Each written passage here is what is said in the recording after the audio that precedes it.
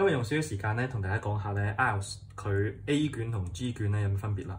咁好多人報名嘅時候咧，都會喺度諗，即係我會報 academic 嘅 IELTS 啦，定係報呢個general training 嘅咧，係啦。咁呢個我哋俗稱為 A 卷或者 G 卷啦。咁其實有咩分別咧？最主要就係咧 academic 一般嚟講咧都係 for 升學留學嘅用途喎，就係俾大學睇嘅喎。咁 general training 咧就一般咧移民嘅時候用嘅，去英語國家去睇你英文嘅能力。其實咧大致上咧份卷咧都係分為聽説讀寫嘅啫。listening 同 speaking 咧係完全係一模一樣嘅，可以話一模一樣嘅。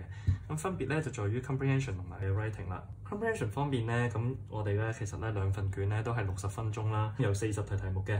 咁題目都係主要係 MCQ 啦、True or False 啦、一啲嘅matching 啦，或者係一啲嘅fill in blank 啦。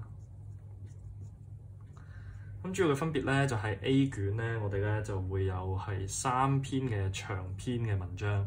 G 卷咧就相對上係簡單啲嘅，就會係有5個短篇嘅文章，係啦。最大嘅分別咧就係 writing 嘅部分啦，就有分 Task 1同埋 Task 2啦。Task 2咧都係大同小異嘅，都係一篇嘅議論文啦。咁最大分別咧就係 Task 1啦。咁 Task 1咧就係咧 A 卷嘅話咧，我哋係會有呢一個嘅圖表分析啦。